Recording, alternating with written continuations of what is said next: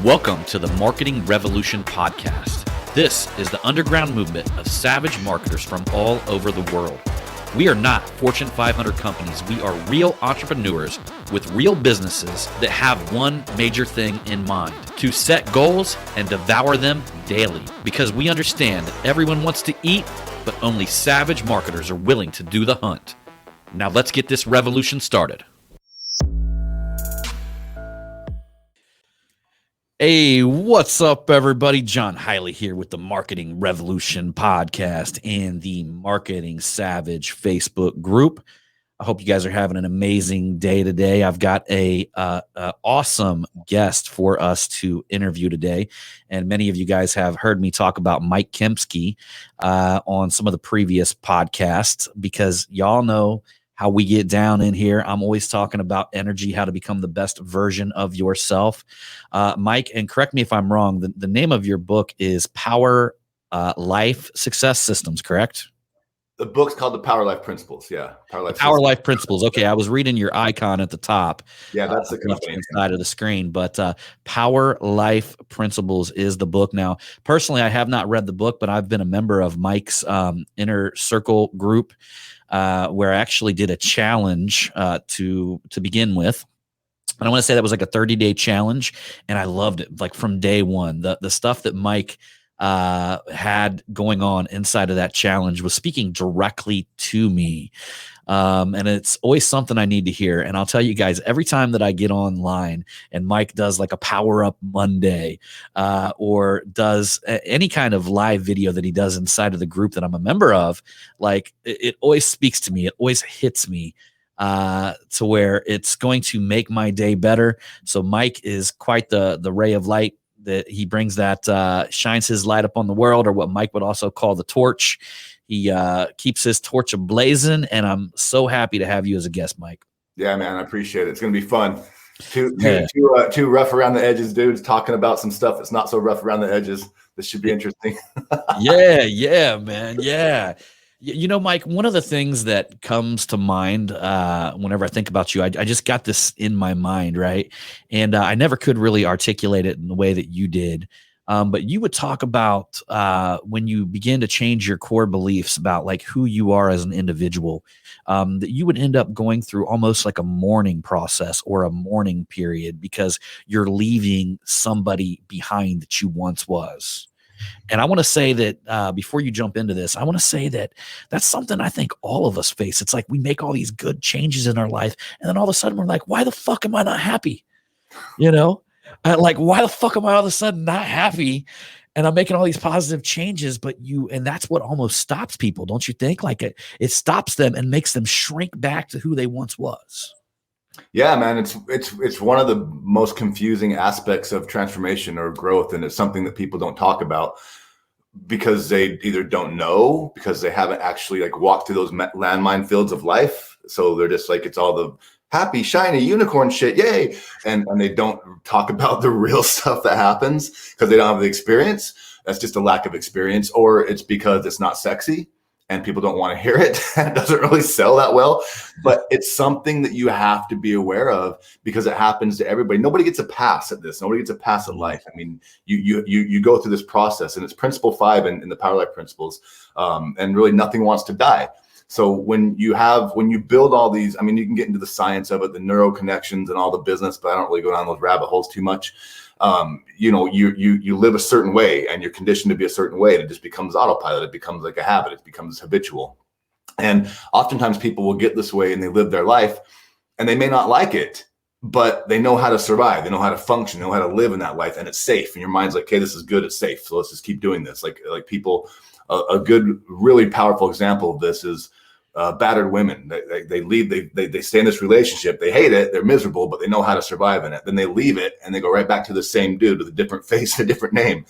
And it's just because when you go through that transformation process, you're literally recalibrating everything from the inside out. Like energetically, you're recalibrating your entire molecular system, and the old you is going to fight to stay alive, just like anything in nature. It's like, I'm not going out without a fight, bitch. It's like, no, I'm not dying. So as you do this, there's this there's just really, like, I call it the werewolf syndrome, where you're like, da, da, da, da, and then like everything's like cracking and shit, and it's not comfortable. It's not fun. It doesn't feel good.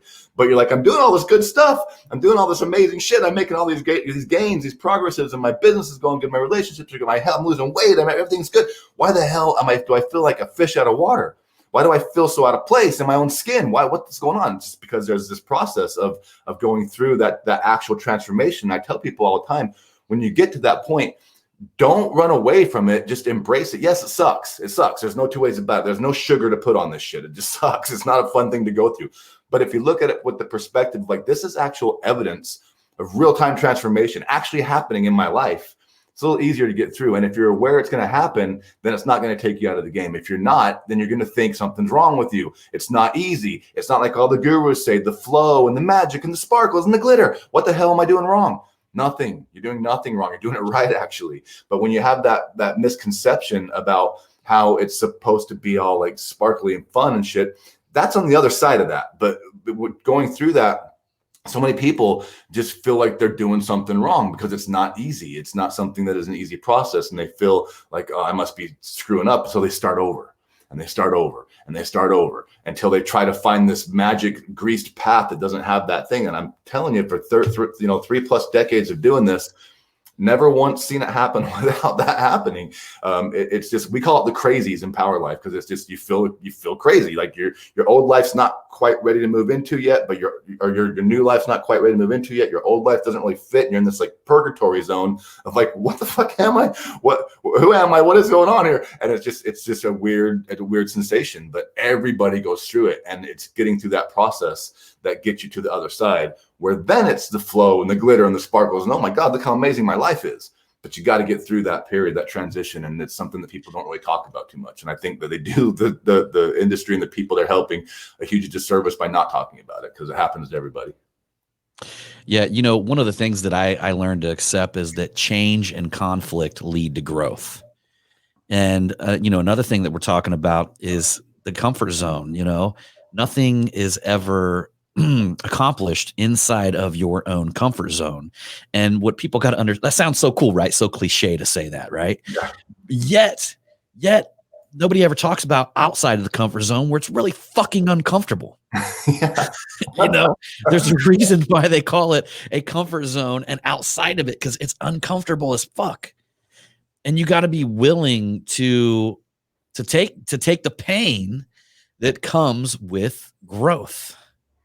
And there's going to be conflict there. I mean, I have never, I'm dealing with certain types of conflict now because of a growth, and it's from the people around me, right? Mm-hmm. You got certain people in your life that you're going to deal with conflict. They're going to see that you've changed. They're going to see that you're doing things different. They're going to see that you're not wanting to like hang out as much because you're focused on something it is that you want to accomplish. And, you're going to get that crab in the bucket thing, where literally, I don't know if any of you guys have seen this, or heard about this, but you put a bunch of crabs in the bucket. One of them tries to get out. Each and every crab is going to try to crawl them, climb and crawl and grab them and pull them right back into the bucket.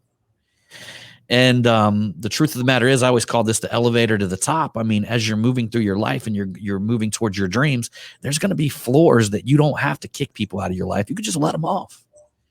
You can just say, hey, man, it's been cool, right? Hopefully we can help each other. I talked about this on a previous podcast yesterday, Mike, is the way that you really got to interact with your friends. Like, I want people around me that I can push higher than me all the time. Because you remember when we were kids, when you and your buddy would want to jump a fence, you would have to put your hand down, almost put your hands together and put your hand down on your knee so your buddy could step on it. And then you would push him over the fence. But what would your buddy have to do once he got over that fence? Yeah, you have to climb over, pull you back, pull you up. He'd have to pull you up and over, okay? That's the type of friends that we want to be, and that's the type of people that we want to be around. It's not always like that, though. It's not always like that. And most of the time, it's not. Yeah, relationships in growth are one of the most challenging things that people face, because they do change, and they do get, the connection gets weaker. And it's right, the sand crab thing with the crab in the bucket. People don't want to see other people succeeding sometimes because it forces them to look at themselves and they're like, what am I doing with my life? And that doesn't feel so good, right? So they don't want to see that happen oftentimes. And the relationships are one of the biggest challenges I think I see people facing is when they start to like dissipate and they start to get weakened because you're moving away. Not in the sense that you're better than them or whatever. Maybe you are, maybe you're not. I don't care how people judge it. That's their business to do that. Like when I went to rehab, I checked myself into rehab when I was 16. And when I got out of rehab, I had to go to all my friends and tell them like, hey guys, I can't hang out with you guys anymore. You know, I'm going on this different path. And man, I got a ratchet. I mean, 16 in high school, it's like, it's already fucked, but then right. I'm telling my friends like I can't hang out with you guys anymore, and I got a rash of shit. Oh, you're too good for us. You're this, you're that, you're blah blah blah. I had to take a whole bunch of shit from them, and these are my friends. These are my support system. You know, this is the people who had my back during that time. But when I made a decision to change and I took the actions to do it, I had to, those relationships didn't fit anymore. I had to get new ones, but I didn't really have new ones yet. So it's kind of that stage where you're kind of like, what the hell's going on? So it takes a lot of courage on your end to continue to grow because you're moving away from something where you're supported, at least in the old life. But the relationship part of it is really scary because people don't want to be alone. So it's so important to have support. You got to have the right support in your life. It's really so simple, man. The nature has all the answers, and all that really is required. Like if you think of a thought or a feeling, they're just it's all energy. Everything's energy. Think of a seed, an apple seed. What's inside that apple seed? Like an endless amount of apples and apple trees, right? It's in one little tiny seed. Well, a thought's an energetic seed. A feeling's an energetic seed. What does it take for that seed to grow? It takes the right conditions, the right environment. And that means supportive and conducive to what that seed needs. So if you give, most people sit there and struggle in life and they're like, oh man, and freaking out. Why can't I do all this stuff? I'm doing all this work. I'm working so hard and I'm frustrated and whatever. Sometimes the relationships aren't the right conditions or the right environment. Sometimes it might be your own internal environment and conditions aren't correct or conducive for you to grow.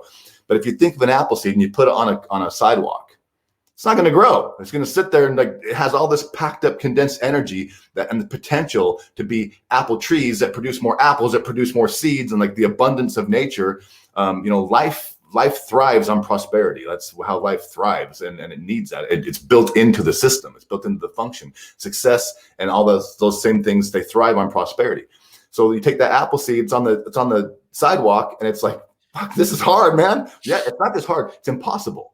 But if you just push that bitch over to the edge and put it in the dirt, it naturally starts to activate. It starts to, oh, look, dirt, soil, nutrients, sun, water, and it starts to break out of the little shell and it becomes an apple tree. The same thing is with thoughts and feelings and actions. It's all just energy, man. And it's just waiting to be put in the right conditions internally and externally in your life. And as soon as you do that, the natural function of growth and success and expansion happens. It just naturally happens. It's not like it's not. I mean, there's work and there's effort, and you got to make the right moves, and you got to make sure that there's water and sunlight, and pick the weeds and all that kind of shit. All to make sure everything's good. Kill the insects trying to eat the apples, whatever. The metaphor goes. But as soon as you put it in the right conditions, it starts to grow. And so part of that is the relationship part of it with people, and the moving on and moving in and all these kinds of things. Is just creating the right conditions that are conducive for what you want in life. And it can be anything. It can be like super mega success financially, business-wise, health-wise, fitness. It can be isolation and it can be whatever. The question is, what do you want? That's what, once you know that, it's a whole different game. You have to know what you want, not what the gurus say you should want. Not you need a Rolls Royce and all this stuff to be. You don't. If you don't want that, then you don't want that. That's fine. But it's all about creating the right conditions for success. If you do that, success naturally happens. And success meaning just that the energy has a way to express itself and flow and do what it's built to do, which is move and expand and grow and do the things that energy does. It's meant to be that way. Yeah, because the energy is always trying to express itself through us. Almost like the Science of Getting Rich, Wallace Wattles, he talks about the child at the piano who is trying to play the song. He can hear the song in his head, but his fingers can't move right. Right. He's like, okay, I can hear this song in my head. I'm trying to play this piano, but my fingers won't move right. Right. I can't hit the keys right. That's expressive energy trying to express itself through the child. But just like the seed that you plant in the ground, you're going to have that stage of resistance where you're fighting your way through the dirt. There's a time when you got to fight your way through the dirt. And then after you get up out of the dirt, you got to make sure you don't get stepped on, pissed on, whatever it is. Some animals go come by, eat you, whatever it is. So there's this incubation period that I think we were talking about earlier, where you're going to be outside of your comfort zone, that just like the child sitting at the piano, there's going to be frustration. There's going to be pain. There's going to be trying to articulate this song that's in his head over and over and over again as he sits down at the piano before this energy can fully express itself. But it's always trying to express itself through us. Constantly. And live through us. Yeah, that's what we're basically machines and vehicles for that. It's not weird and esoteric. It's like very predictable, actually. If you see it enough over the course of your life, like, oh yeah, this is going to happen. Now that's going to happen. Now that's going to happen. You can see it's very predictable. It's not something that's weird and voodoo-y. People love that part of it, like, oh, it's all mystical and magical because it's interesting, but it really is very predictable, which kind of takes away some of the mystique, which is important though, because if you think about like the forbidden closet of wonder and fruit and goodness, like, what the fuck? Yeah, but it's forbidden. Well, what the hell does everybody want? They want that thing. They want the thing that they can't have. They're like, oh my God. So if you it's so funny to me. If you just say, okay, take away the forbiddenness of it and know that you can have that, and take a test drive of it and see if you really want it, because there's so many people that go through life and like it's the forbidden closet of wonder, and like maybe even becoming very, very, very wealthy and that kind of thing. Like, oh my God, I want that, because they believe they can't have it. But once you know you can have it, and then you take it for a test drive, and you're like, oh yeah, I really do want it. If it's an authentic desire, then you'll get to the point where you have both motivation and discipline. You need both to make this work. Discipline is the stuff that you were just talking about a little bit, where it's like, sometimes it's going to be hard. Sometimes you don't want to go lift those heavy weights. Sometimes you don't want to sit in front of your computer for 2 hours and type. Sometimes you'd rather be like, whatever, eating Cheetos and watching The Simpsons, whatever the hell it is.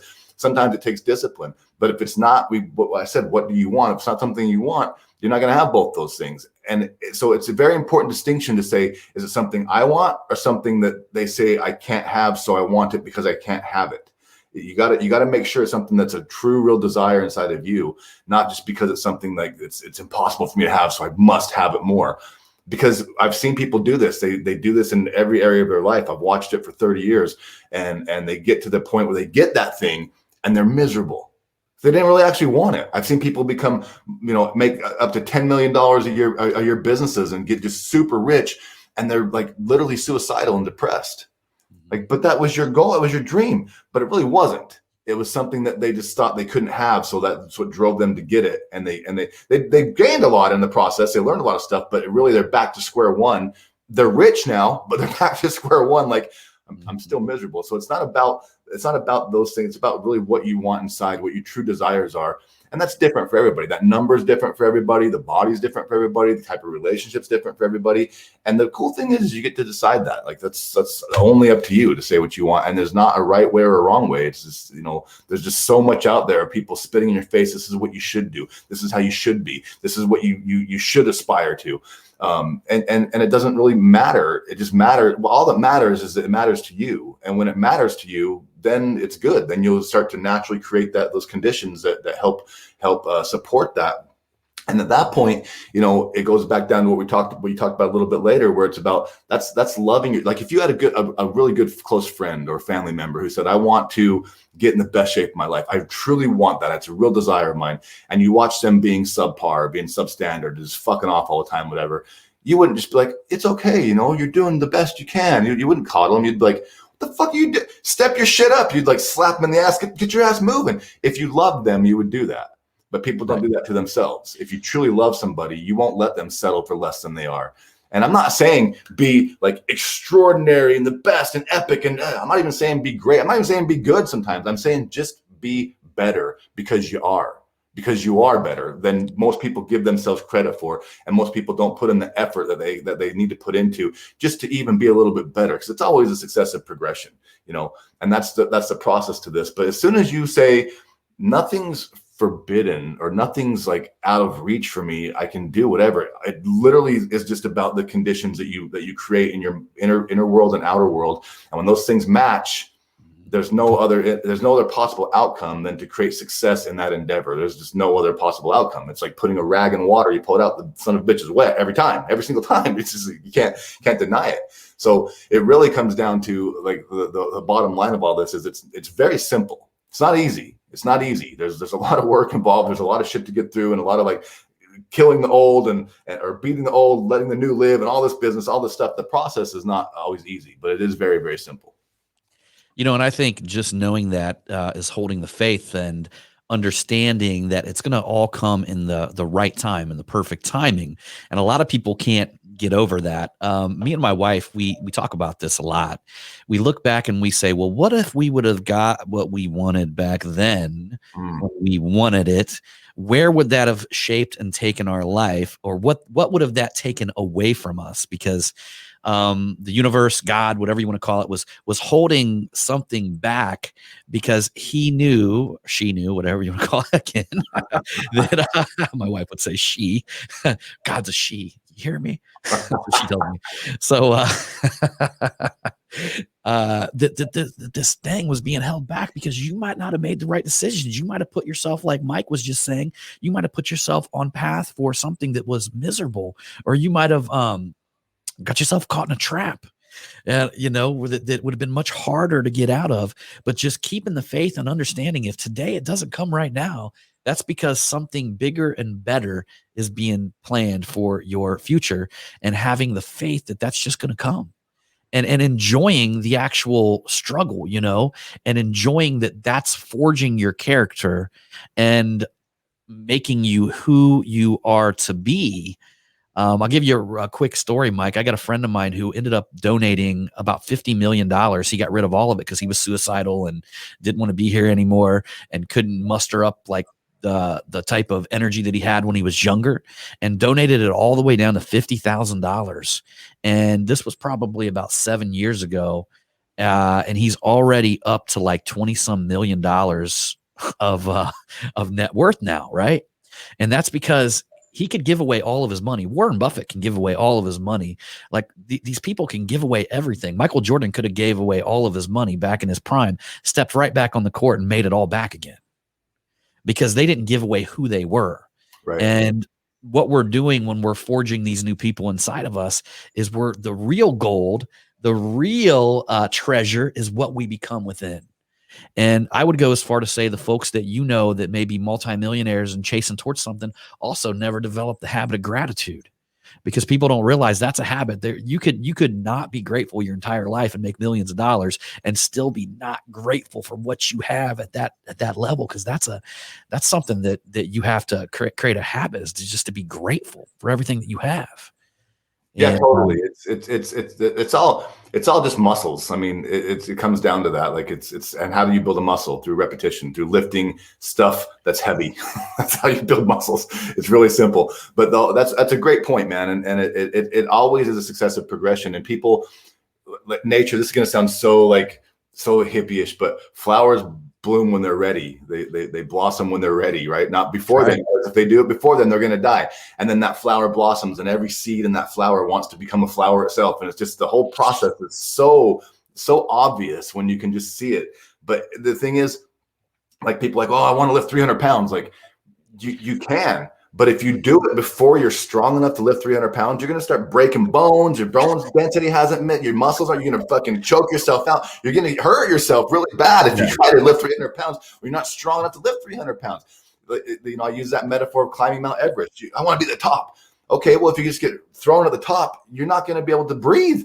You're acclimated. You become acclimated and strong to the atmosphere, the change, your lungs change, your bone density, your water absorption, everything changes as you climb that mountain. So when you get to the top, you can not only enjoy it and not die, but you can thrive there for a while, because you become the person you must become to be able to be at the top of Mount Everest. You become the person you must become to have the strength to lift 300 pounds. You become the person you must become to have a very intimate, sensual, sexual, beautiful, powerful relationship that's open and honest and fulfilling. You become the person you must become to X, Y, Z. Once you do that, that can never be taken away from you. You can atrophy back to zero, but guess what? Those habits and that process has memory, and you can go back and do it again anytime you want because you've done it and your mind has evidence, and there's no more blockage, there's no more self-sabotage, there's no more none of that. All that shit's gone because you're like, yes, I absolutely know I can do this because I did it. Like I've experienced it. You've walked through those landmine fields in life, and you know how to navigate through them without getting blown up. So you can do it again and again and again. It's who you're exactly right. It's who you become. That's the real gift. It's not the trophy at the end. It's playing the game that feeds life to life. It's playing the game that gives you all of this passion and all this wonder and awe and the sensation of being alive. And it's playing the game. Trophies are cool to win, and they're great as a incentive to, like, I want to win that trophy, so it feeds my ego, and I have this memorabilia. But what do? They sit in trophy cases and collect dust. And you're like, neat. Where's the next game? Because it's the game. It's playing the game. It's doing the stuff, lifting the weights, having the conversations, flirting with the person. It's making the money. It's building the business. It's getting over obstacles and hurdles, and all these. It's all these things that make that feed life to life, that make you feel alive, and that's what really like ignites that passion inside of you that is dead in so many people. You know, there's this quote that says most people die in their 30s, don't get buried till their 70s. They live that whole stretch of life just dead. Yeah. And it's because they stop living. It's because it becomes about the target, not the, and this is so cliche, but it's cliche for a reason. It's not no longer about the journey. It's about the destination, and the destination is just a ruse, man. It's just a ruse. It's like, it's just something that's attractive enough, compelling enough. The 10 million, the 100 million, the billion, the jet, the car, the girl, the house, the whatever it might be. It's just a ruse. It's compelling enough to get you off your ass and get you moving towards it. But that's here, where am I? Here, and you're here. And as soon as you make this, now you have a path. You have a way, you have a reason to travel to that thing. And it's in that path that you find all of the nuggets of life that really make you who you are and give you a sensation of fulfillment and success and joy and wonder and awe and all the beauty that life has to offer. And it's during that process that you really become who you must become to get to that thing. Because you'll never get it if you don't. You'll never get it if you don't become that person. But once you do, you're done, man. You got it. And then it's like, well, that was fun. What's the next game? You know, it's really very simple. Not always easy. Don't mistake the two things of simple and easy, because it's not the same thing at all. Push-ups are simple. But if you haven't done them for 20 years, that shit ain't easy. You're like, right. You can't do it, right? Well, it's just like saying 75 hard. I could give you the routine. The routine's simple. Okay, you do this every day, you get this result. But is it fucking easy? Hell no, it's not easy. You know, it's simple. I can tell you, simply do it. You do this every day, you get the result. And we call that framework, you know, finding people. I always say the quickest way to get to where you want to go is find somebody that's where you're at, you know, and try to either get them to mentor you or teach you the lessons that they've learned, so you can, like, you know, get over them humps without having to go through the trials and tribulations that they had to deal with. I'm big about that. I'm not so I do like coaching for the reason of, like, you know, making yourself motivated and stuff like that. I like that kind of coaching as well, but I'm really big on finding mentorship. I'm finding people that are exactly where I want to be, and either paying them or becoming their friends, and you know, or just trying to articulate, reverse engineer exactly how they got there and how can I implement these habits in my life. Just like if you wanted to lose weight, you'd go find a weight program that worked for people, like 75 hard. And I want to implement it in my life because I want to look good. I want to lose weight, but I know I got to do this, and this every day. We're always looking for certain types of framework because it's much easier to find somebody who's already traveled that path and start implementing just some of them things and doing it in your own way, your own unique way. So that way you're not trying to copy, you're not trying to act like anybody, but you're trying to say, man, them are the habits that got that person where they're going. I mean, you know, Mike, one of the key habits that I think that define successful people from people that are unsuccessful is that successful people make decisions very quick. And they usually hang on to them decisions and change them very slowly. Unsuccessful people make decisions very slowly, if at all, and change them very rapidly and change them all the time. Yeah, totally. Yeah, totally. And again, it comes down to, like, who in life, based on just our whatever 30, 40, 50 years of experience, general area of experience, can say that someone taught them how to make decisions. Not very many people. People don't know how to make decisions because they're all made for you. not a real decision. Right, exactly. You'll wear this, you eat this, you do this, you listen to this. This is what you should like if you want to be accepted. This is what about what you want? What about what I like? People are not taught or conditioned on how to make decisions. And the decision's not a decision is not, it's nothing. It's not like, oh, I'm going to do this. That's not a decision. A decision is something that it's an idea that you take an action on that you can't undo. That's a decision. Once you've taken action that you can't undo, it's a decision. Like I ordered a chicken sandwich. You made a decision for chicken sandwich. You can change your mind, say, no, I want a steak sandwich. No, I want that. And that's what you're talking about. You keep doing that, you're never going to fucking eat. Because you keep changing your mind, you're going to starve to death. But if you say, nope, I'm a chicken sandwich, I'm going to eat the thing, I'm good, I keep my decision, I go through the whole thing, follow through, complete it, get it done, have the sustenance, have the chicken sandwich, I figured out I like this part of it, I don't like that part of it, next time I'm ordering a steak sandwich, or I'm going to keep ordering chicken because it works for me. But you have to go through the whole process of completing the decision and following through with it in order to actually get the benefit of it, instead of just going chicken, steak, soup, tacos, I don't know. And then that way, if you do that, you're never going to eat. So that's exactly successful people. And this, I always simplify everything, obviously, of course, but that way people that can make a decision get to eat, and they're not hungry, and they have sustenance, and they have energy. People that don't, they go crazy and they starve to death and they die. So it's not something that it needs to be complex, but just understand that's how it works. So people that the successful outcomes come from people that make a decision. They're afraid. Going. They're afraid to eat the wrong thing, to make the wrong decision, and to fail. People have that fear of failure, which people need to reclaim that shit. You know, most time it's not even their personal fear; it's the fear that other people will see them fail. Yeah. That's big, man. That's a big one. That's a huge one, because as soon as people do that, I had a friend that he was kind of shy, awkward guy, right? And he just a beautiful man. I love this guy to death. And all he wanted was to have a girlfriend, but he was super shy, super awkward, and like he wouldn't even move his arms when he walked. His arms wouldn't swing. He just like walked like a robot. I'm like, dude, you gotta loosen up a little bit, man. And he saw me. And he was really good at business stuff. He actually helped me with my stuff. He saw me and like my family and my relationships and all this. He's like, how do you do that? I'm like, how do you not? But he was so terrified of the rejection and we talked about this, and it's like in their minds, they only got one shot. There's one girl or one guy or one swing, one offer, one swing of the axe, one swing of the bat. That's it. And if they miss, they're done. And people just, and it's not really their fault, man, because the world doesn't teach people like you can swing 100 you need to swing 100 times. Not just can you. You're not going to hit the ball every time. Probably not the first time you swing. You're never going to hit the damn ball. You're like, you probably hit yourself in the back of the head. You don't know what the hell you're doing. It's swinging it that gets you good at it, and everything starts to calibrate and come together till you get eye-hand coordination and all that. Then boom, you crack the ball. But they have this idea. And a lot of people do this, and this is why they have this huge fear that I get one shot at this, and if I miss, I'm forever going to be lonely. I'm forever going to be broke. I'm forever going to be miserable. I'm going to suffer the rest of my life. I'm going to be sad. I'm going to feel like shit. I'm going to blah, blah, blah, blah, blah. And that's terrifying to people. It is terrifying to me. I think about that and I'm like, God damn, I don't want that. That sounds horrible.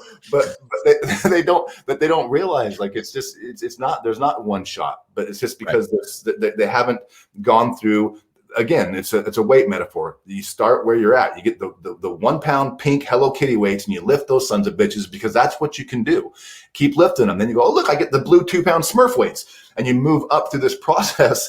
And then you're like, I'm lifting 300 pounds. But this is such a huge distinction to make. And you have to understand this.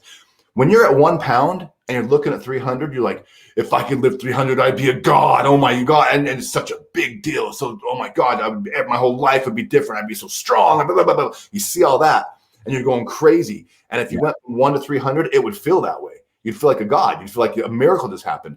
But when you get to the point you're at 300 or 10 million or whatever, relationship wise, whatever your thing is, when you get to that point, you're just going from 295 to 300. It's 5 pounds. It's not a big deal because you progress to that point.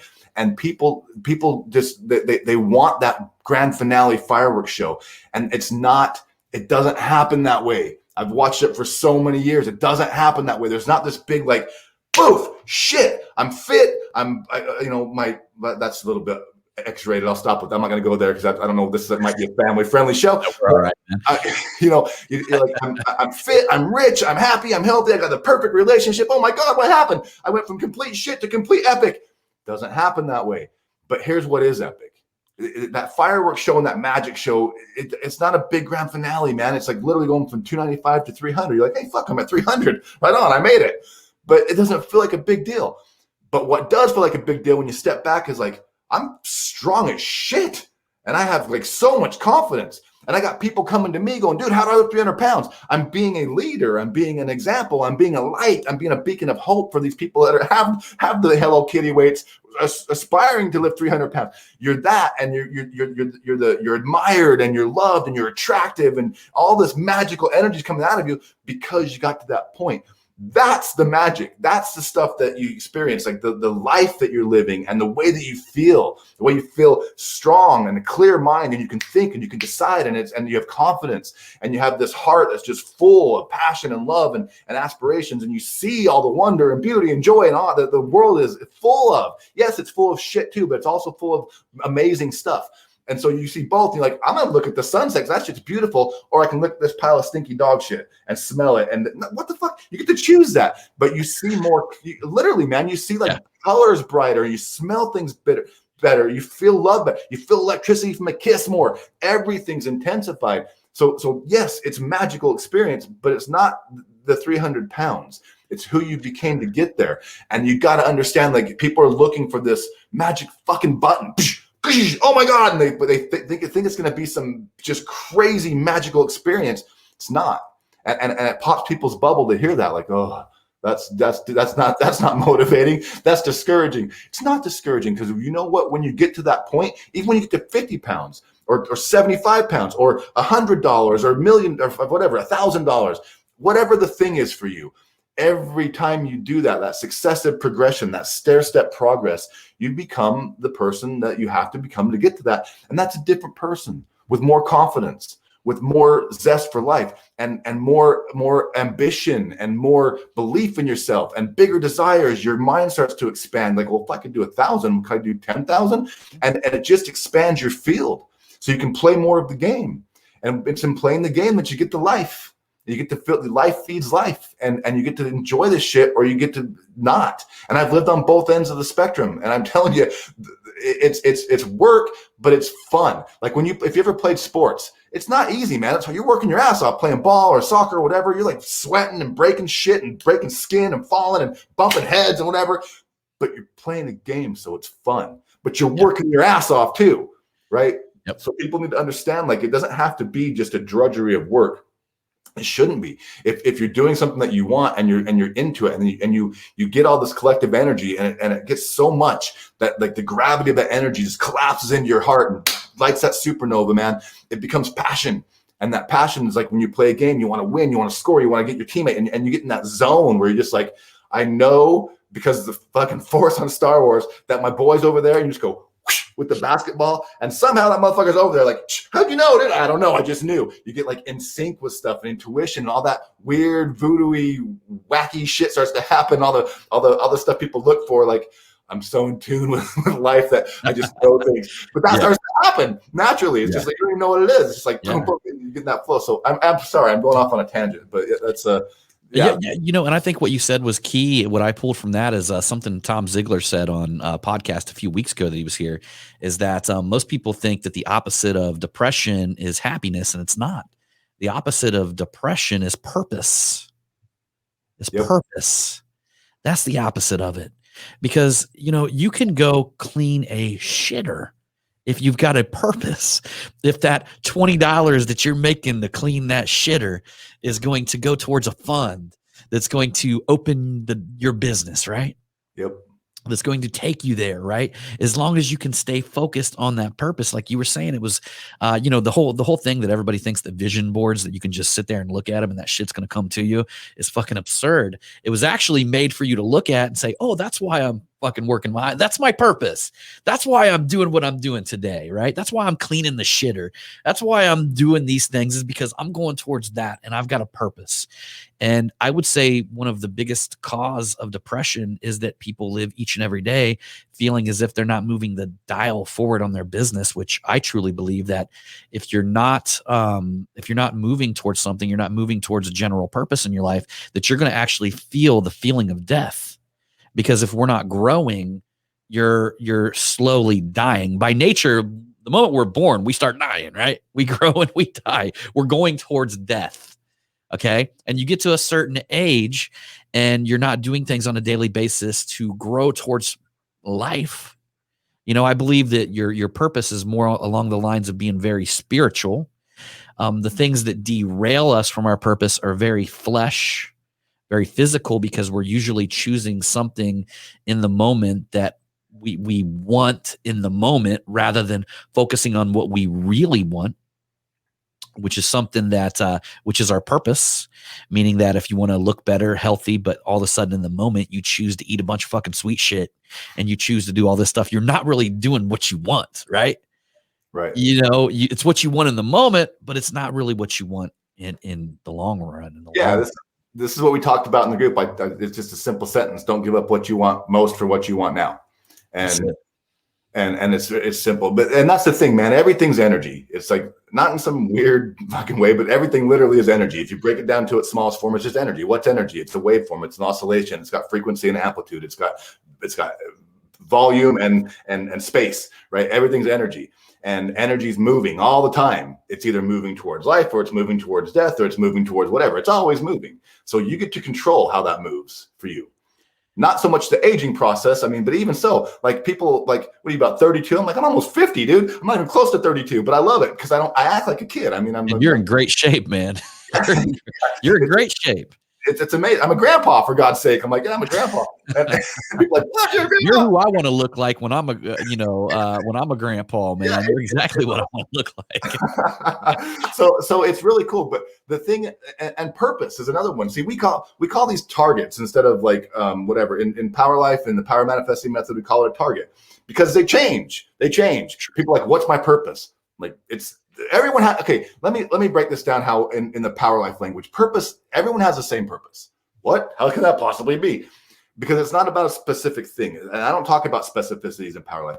Purpose, your purpose is to create. That's it. Everyone's purpose is to create. When you're on purpose, you're creating. You're creating business. You're creating love. You're creating babies. That's a fun purpose. You're creating money. You're creating health. You're creating. When you're in that space of creation, when your mind has a vision, when your mind creates your life, and you're daydreaming and fantasizing and envisioning and building and extrapolating these ideas, like, oh my God, if I had this, and we had buses and we had the thing, and there'd be tacos, and whoa, all this is happening. It's exciting. You can't be depressed. You can't even be sad. Like, wow. And then when your heart lights up and goes, yeah, man, that's cool. And your mind's like, this is safe to do. And these things align. And this is what we talk about in the Power Manifesting Method. These things align.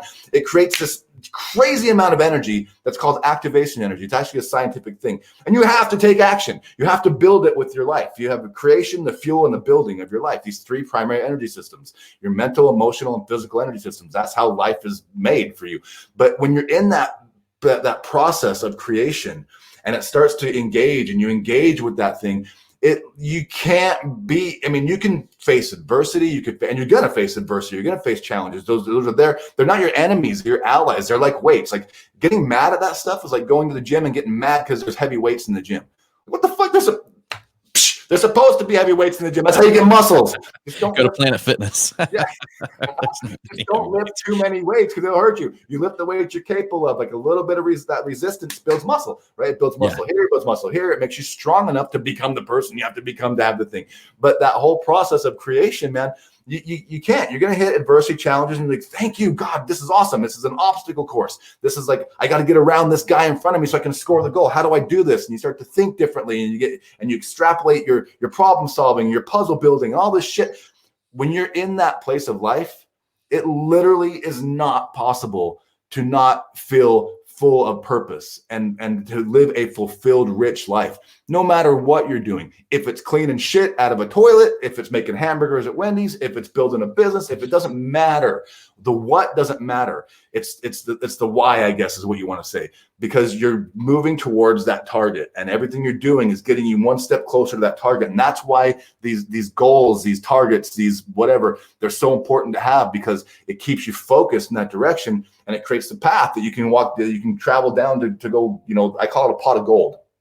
And it creates the path to get like where the end of the rainbow is. And you go, it's over there. And you can keep focused on it. It doesn't matter what you're doing to get there. If you're in the process of doing that, you can be doing anything. You can be sweeping fucking floors. It doesn't matter what you're doing. You really can't feel that sense of just apathy that people feel, like the dead heart, the dead mind, the confused mind, the troubled mind all the time, and the woe is me and the victim state and all that. You can't. It's not possible. You can't feel that way, because it's not what's generating inside of you. It's just your energy systems and your faculties are working as they're designed to work. And when you work as you're designed to work, you're living life on purpose, because you're designed to be a creation machine.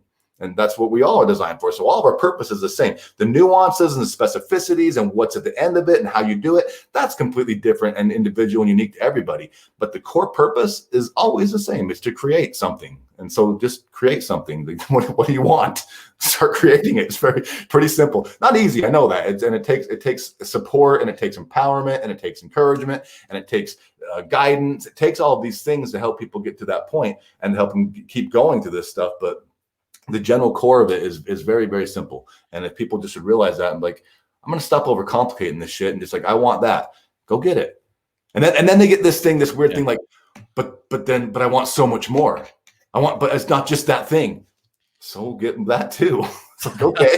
It's like, add that to the list. I use this metaphor of like, life is like this big, giant, epic amusement park. You get born, here's a VIP pass to everything. Go tear it up, go nuts, go explore everything. And then that pass expires at some unknown time. And then that's it. You expire, and the thing leaves the wrapper, and this is just meat and whatever, the spacesuit, the thing leaves it.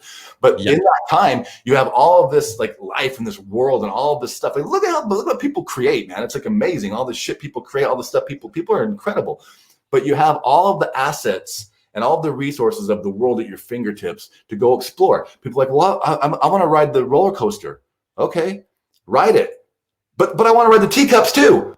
But they're still going to be there. Which one do you want to ride first? Go ride it. Like, if people think they're going to miss out by doing something, you're not. But you ride the roller coaster and you'd be like, holy shit. Yeah, the teacups look like baby games, man. Let's go ride the big ass like thing that drops you out of the sky. That looks, you just got to, you don't know until you do stuff, and you get doing stuff, and it leads you to the next thing and the next thing and the next thing. And it's just this process where you're moving through life in such a way that you don't feel like you're missing out on life. You just everything feels good. Yes, there's going to be life. Everybody gets life. You're going to get flat tires, and you're going to fight with your spouse or your girlfriend or boyfriend, or your kids are going to get arrested, or whatever the fuck's going to happen. Things happen. You get life.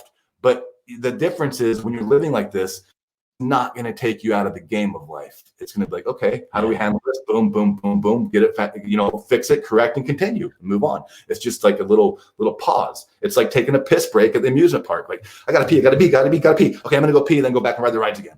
That's all it is. It's like that. It's like not a big deal. It's just something that you can deal with much better than most people in this world can. Most people are like, oh my God, my whole life is over. Woe is me. The whole world's gonna end because I got a hamburger and I ordered a taco and I got a flat tire. Good Lord, just take me now.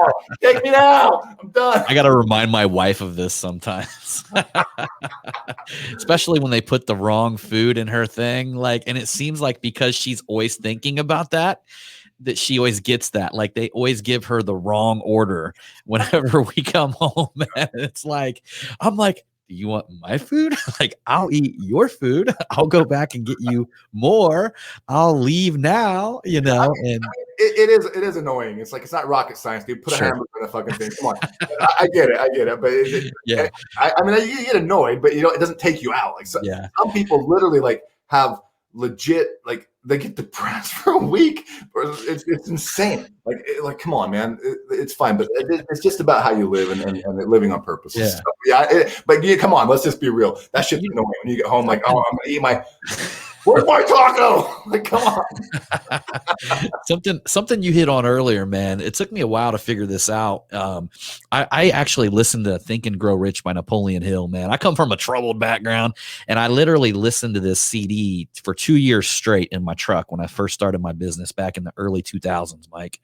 And one of the chapters that I always got caught on was the sexual transmutation chapter, where he talked about that. I'm like, what the fuck is he talking about? Right. And what I later on, it actually came to me when I was meditating, that he meant that was our desire to create. See, originally I would say when we were very primal cavemen, whatever you want to call it, our whole desire was just to go out and create, to go out and have sex, reproduce, create. And the more that we created, the more abundance, the more wealth we had, the more protection we had, because we had more children, the more land we could acquire, the more the land could be farmed, whatever it was. At one point, I want to say that just having children meant wealth. Happens to be the exact opposite today, because the more children you got, the more broke they are, but they don't fucking work for you anymore and shit, right? It's like the exact opposite now, right? But I think our primal desire, that sexual transmutation, like the desire to create in nature, has almost like a sexual passion to it, a pursuit. There's not many pursuits that are stronger than a sexual pursuit.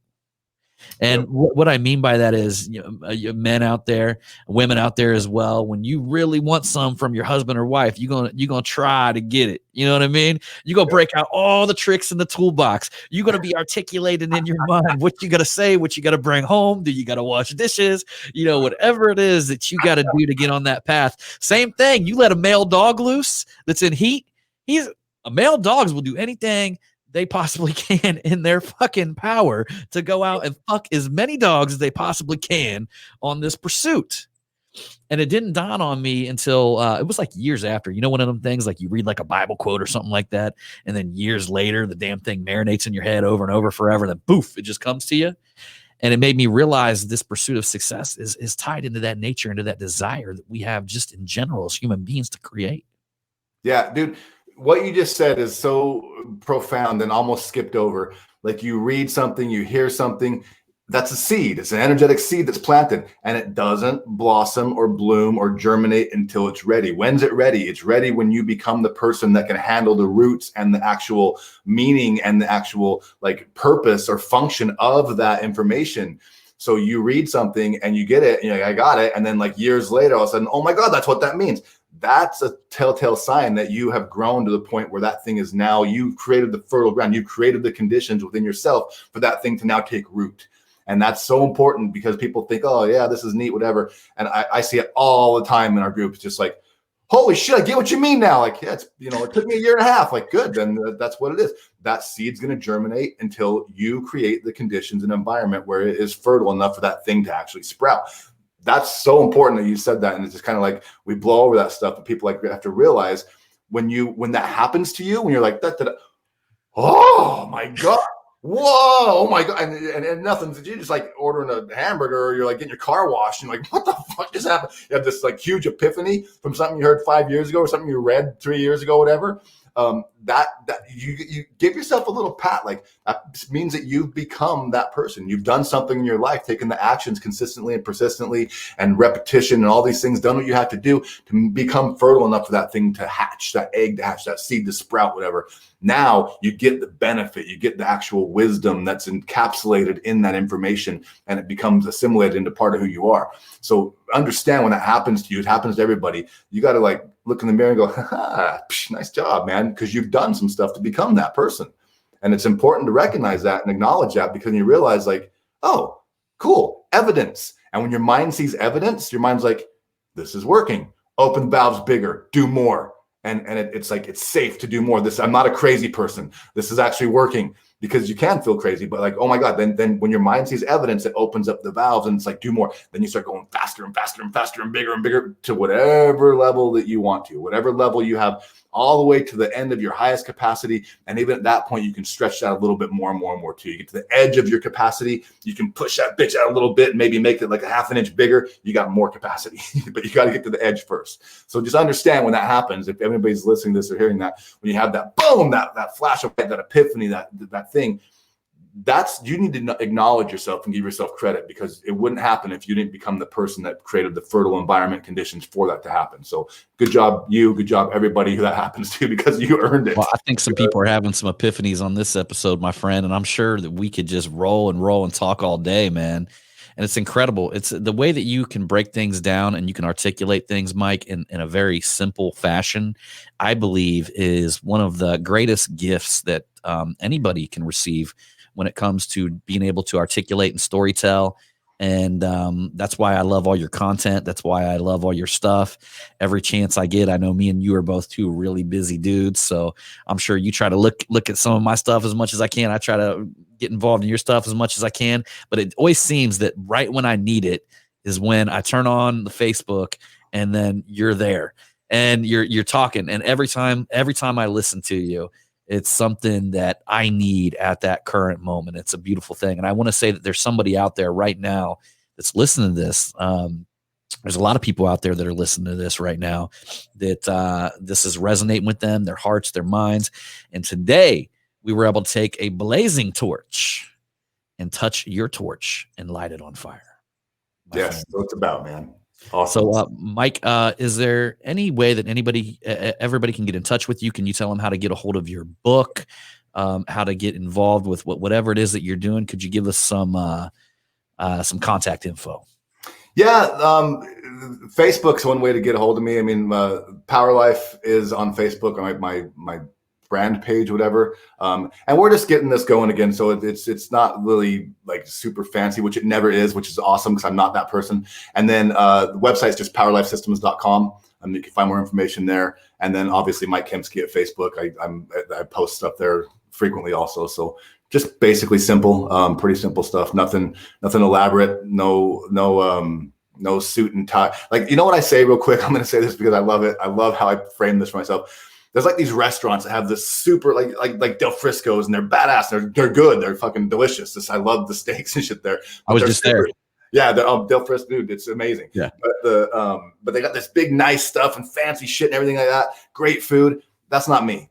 I'm like the one that just says like good eats, and it's a crazy like sign, and then you go in and you're like, this is a fucking cool vibe, man. This is like a great place. It's clean, it's nice, and the food is unfucking believable.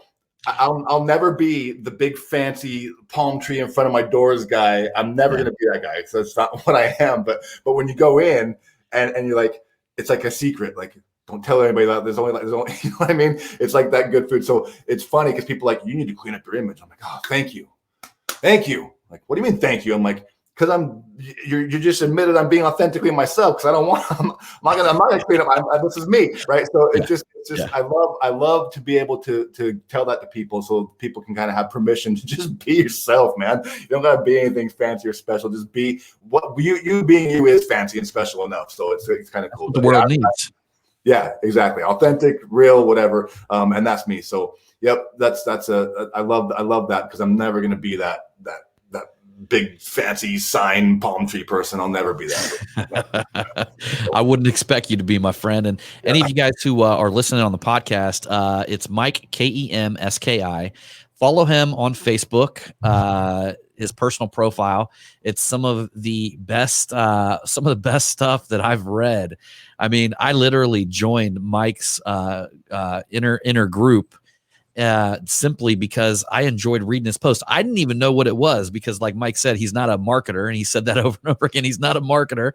And he had a bunch of copy written on his sales page. I didn't even read any of it. I just scrolled to the bottom and found out where the checkout was and checked out.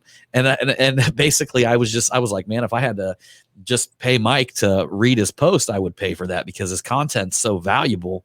And I love reading it, and it always strikes something in me, like whatever he was going to do, I was just going to support it regardless. And then come to find out, his group's freaking amazing and his content's amazing, but I had no idea what it was when I first bought it. Awesome. And I told this story when I was went live in your group. Yeah. And man, it's no, it's incredible. He's a life-changing type dude, and it's all authentic. And I know if you guys are listening to this podcast, I know what you guys are about. You know, you guys are the authentic type. If you guys are listening to me, man, you've heard me over and over again. Like, there's nothing fucking polished about what I'm doing. I fuck up on the podcast. I bring my wife on here, talk about how I was beat up by the police a couple years ago and dragged into the hospital. I mean, you know, we say the shit that like other people don't say because I want you to be able to relate. I want you to be able to help you with my journey. And I know that it brings a better connection between me and you, you know, just being authentic and being real. And Mike is the exact same way. So you guys will love all of his stuff. Perfect, man. What a way to go. I love it. Best way to be. All right. So everybody, I appreciate you for coming along on this Marketing Revolution podcast. And as usual, we're going to see you on that next one.